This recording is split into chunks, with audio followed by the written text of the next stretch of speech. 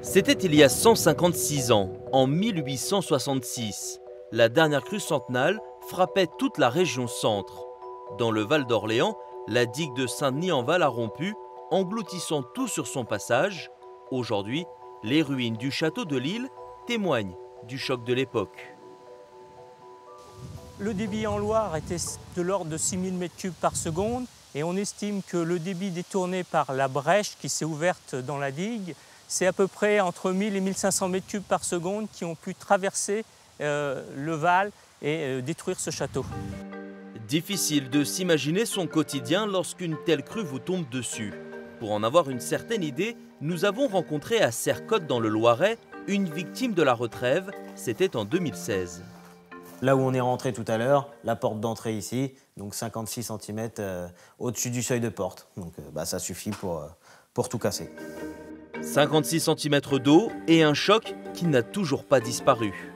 Aujourd'hui, vous vous sentez prêt pour faire face à un nouvel événement comme ça? Non.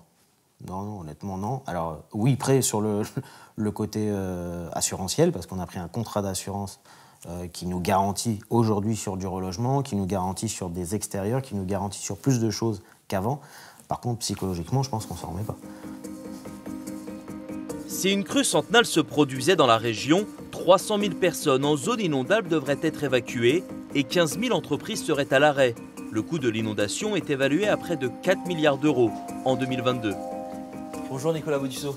Bonjour. Bienvenue à France 3. Mais combien pour l'horizon 2050? La Caisse centrale de réassurance, l'assureur des assureurs, nous répond.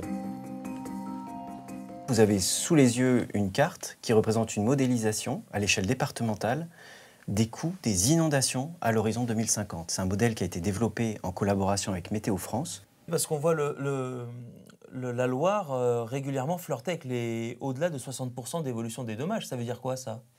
Ça veut dire qu'à la fois les phénomènes vont devenir plus intenses, plus fréquents, et à la fois qu'on prévoit que des installations de biens vont se faire dans les zones à risque et qui pourront être impactées dans les années futures.